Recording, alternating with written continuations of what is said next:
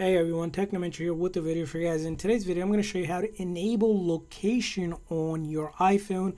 So in order to share your location or have apps be having access to your location, you need to enable it. So in order to do that, first thing is you're going to go into your setting on your iPhone.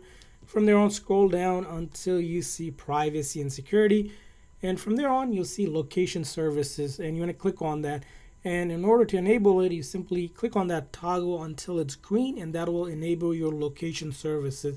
Now, along with that, you might also want to consider turning on your Find My iPhone and then also Share My Location feature as well, so you can actually share your location with your family and friends on messages and Find My and other apps as well. And along with that, some app may also require your location when you first open them just to allow, and it'll also appear in this app clip, which will give you ability to share that location as well. So that's how you enable location on your iPhone. I hope this video was helpful. If so, please consider a like and subscribe button for more tips and tricks for your iPhone and other iOS devices. We'll see you guys next time.